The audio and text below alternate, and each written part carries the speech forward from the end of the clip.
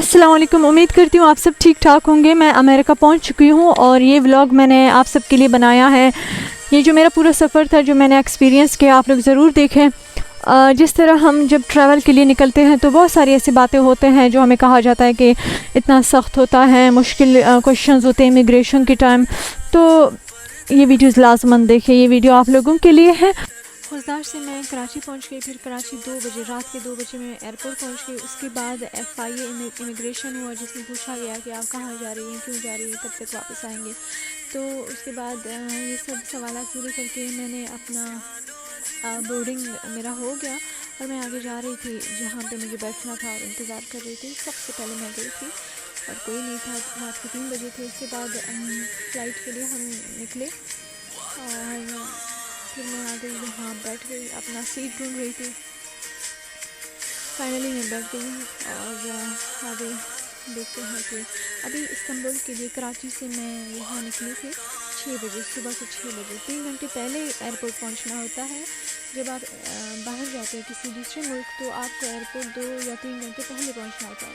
तो ठीक है, 5 घंटे के बाद जो है ना मैं तुर्की पहुंच जाऊंगी। अभी ये सारा व्यू आप कराची का देखें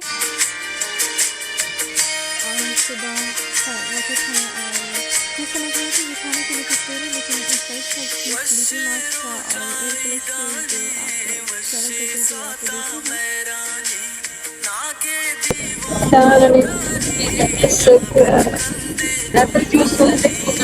और मेरा हो जाएगा देखिए दिसो शायद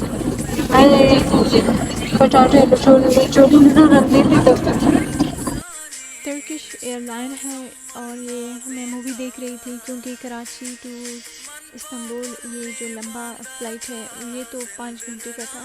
तो जब तक मैं मूवी देख रही थी और इसी तरह टाइम गुजरता गया, फिर यहाँ से मैं उठ के जो है ना वॉशरूम चली गई। ये क्लिप मैंने वॉशरूम का बनाया है। ये जहाज़ के अंदर एक मतलब वॉशरूम्स होते हैं, तो मैं गई वहाँ, तो ये वीडियो बनाया मैंने कि ये छोटा सा वॉशरूम देखें आप लोग। एनीवे, हम इस्तांबुल पहुँचने वाले थे तो ये क्लिप्स मैंने बनाई।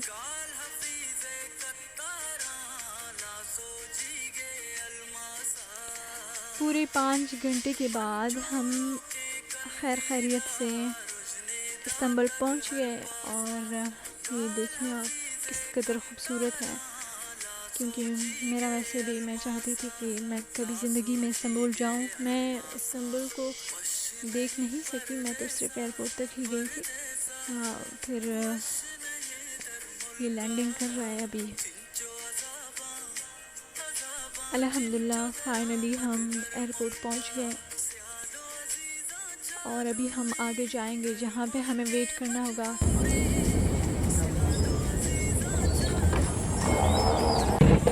इस्तांबुल एयरपोर्ट पे मौजूद हूँ मैं अभी और यहाँ पे भी चूँकि मेरा फ़्लाइट न्यूयॉर्क का है तो यहाँ 5 घंटे के बाद फाइनली इधर पहुँच गई कराची से इस्तांबुल और अभी 6 घंटा यहाँ बैठ के इंतज़ार करना पड़ेगा। फिर उसके बाद 6 घंटे के बाद न्यूयॉर्क की फ़्लाइट है, तो जो कि 10 घंटे का होगा वो फ़्लाइट भी। ये एयरपोर्ट है इस्तांबुल का।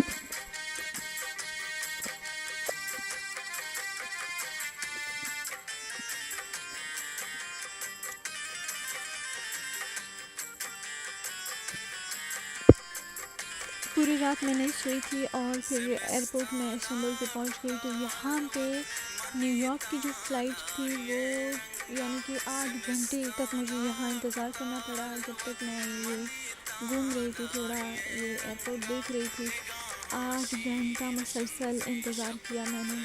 और ये वॉशरूम में देखी हाँ एयरपोर्ट पे यहाँ पे 2 दोस्त मुझे मिले, थोड़ा सा हमने उनके साथ बात की, थोड़ा मैं घूमी, वहाँ बैठी रही, इंतज़ार करती रही।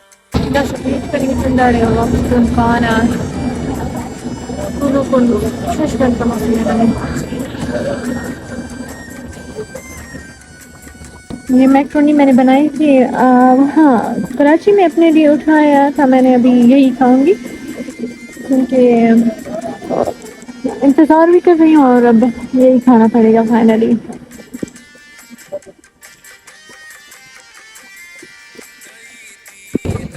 अभी मैं बोर्डिंग के लिए जा रही हूँ और एयरपोर्ट तो काफ़ी ज़्यादा लंबा है यार। आगे जाके D13 जहाँ वेटिंग एरिया है और मैं अपनी फ़्लाइट की वेट करूँगी वहाँ पे।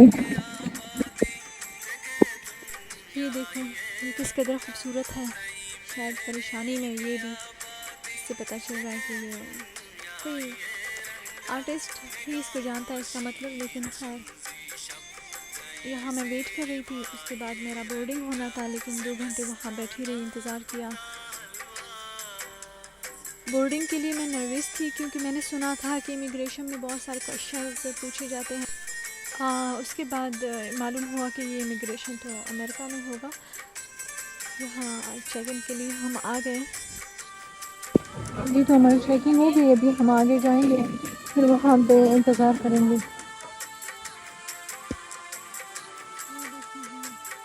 इस्तांबुल का एयरपोर्ट घर बैठे बैठे आप लोगों को मैं दिखा रही हूँ। बहुत बड़ा एयरपोर्ट है और मेरे सर में तो चक्कर आ रही है।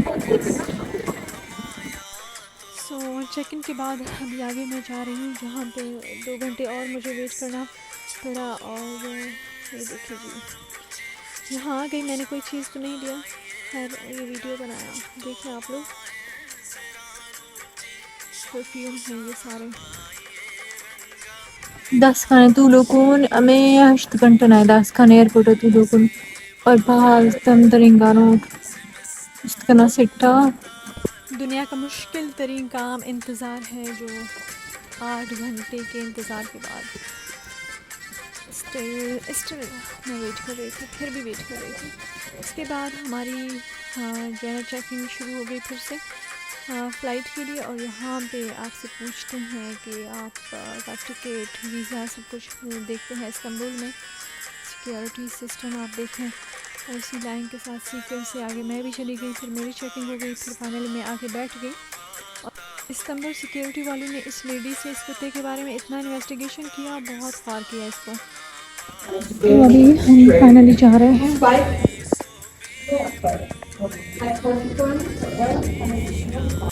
पूरे 8 घंटे के इंतज़ार के बाद फाइनली मैं न्यूयॉर्क की एयरलाइन में बैठ रही हूँ और आगे मैं अपनी सीट नंबर ढूंढ रही थी। तो जाके मैं अपने सीट जो मेरा था नंबर था उधर जाके मैं बैठ गई। इन्होंने हमारे लिए खाना वगैरह लाया था तो फिर ये खाना इन्होंने दिया मुझे जिसमें सैलेड था और पता नहीं क्या क्या थे जो मैंने खा लिए। काफ़ी ज़्यादा भूख लगी थी मुझे और ये देखिए स्क्रीन पर हमें पता चलता है कि कितना जो है और मज़ीद वेट करना होगा। तो 10 घंटे का फ्लाइट होता है इस्तांबुल से न्यूयॉर्क तक। तो फाइनली न्यूयॉर्क हम पहुँच गए और फिर उसके बाद लैंडिंग हो गई। फिर यहाँ से मैं निकल गई। बहुत लंबा सफ़र था, पहले 5 घंटे कराची से इस्तांबुल, फिर 8 घंटे की इंतज़ार, उसके बाद 10 घंटे की फ़्लाइट ये न्यूयॉर्क तक। तो यहाँ से मैं उतर गई। आगे हम जा रहे थे जहाँ पे हमारी इमिग्रेशन टाइमिंग था और मैं नर्वस थी, थोड़ा बहुत नर्वस इसलिए थी क्योंकि यूट्यूब पे जो वीडियोस मैंने देखे थे तो मुझे लगा कि यहाँ पे पता नहीं होता है समटाइम्स ऐसा कि लोग डिपोर्ट होते हैं उनको वापस भेज दिया जाता है, लेकिन ऐसा कोई मेरा जो मैंने एप्लीकेशन अपनी जमा की थी तो जो इन्फॉर्मेशन थे उसी के मुतालिक पूछा गया मुझसे। इमिग्रेशन में ये पूछा गया कि आप क्यों आई हैं और कितने वक्त की आपकी स्टे हैं।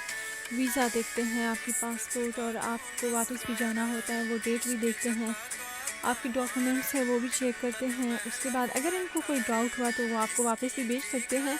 लेकिन अल्हम्दुलिल्लाह मेरा इमिग्रेशन अच्छा हुआ। उसके बाद मैं इधर आ गई, अपनी बैग के लिए वेट कर रही थी और इंतज़ार के बाद बैग भी आ गया। मैंने अपनी बैग यहाँ से उठा लिया इमिग्रेशन में आप लाइन में खड़े होते हैं, आपको टाइम लगता है, आपसे क्वेश्चंस पूछते हैं, आपके डॉक्यूमेंट्स चेक करते हैं, आपको आपके पास कितने डॉलर्स होते हैं वो भी पूछते हैं, और आपकी बुकिंग या आपका जो भी वीज़ा आप करते हैं उसी से मुतल्लिक आपसे पूछते हैं। जब आप उनको क्लियर करते हैं फिर आपको से आप आगे जा सकते हैं। तो मैं फाइनली यहाँ से अपनी बैग उठा के यहाँ से निकल रही थी, और अल्हम्दुलिल्लाह सब कुछ अच्छा रहा। बस हम सर मसरूफ फाइनली, और वेट करेंगे कि उधर से वापस उड़ाना पारिका दो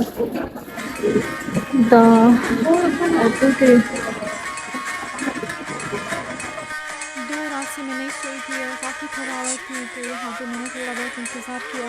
तो यहाँ से मैं निकल गई अपनी मकान तक, जो मंजिल थी वहाँ मुझे जाना था। तो न्यूयॉर्क को बाय बाय करना पड़ा, यहाँ से निकल के आते फिर मैं आगे चली गई। तो इंसान की नीयत अच्छी हो, और अगर आप हार्ड वर्किंग हैं और आप अपनी लाइफ के लिए, अपने फ्यूचर के लिए कुछ सोचते हैं, तो ऐसा कोई काम नहीं है दुनिया में जो आप नहीं कर सकते हैं। मैं स्पेशली अपना बता रही हूँ कि मैं ज़ेरी से बिलोंग करती हूँ, तो यहाँ आना और ये मेरा ड्रीम प्लेस था अमेरिका। तो खैर मैं इधर हूँ कुछ वक्त के लिए। उम्मीद करती हूँ ये वीडियो आप लोगों को अच्छा लगेगा। मज़ीद वीडियोस देखने के लिए यूट्यूब ज़रूर सब्सक्राइब करें, और जो एक्सपीरियंस करेंगे आप सबको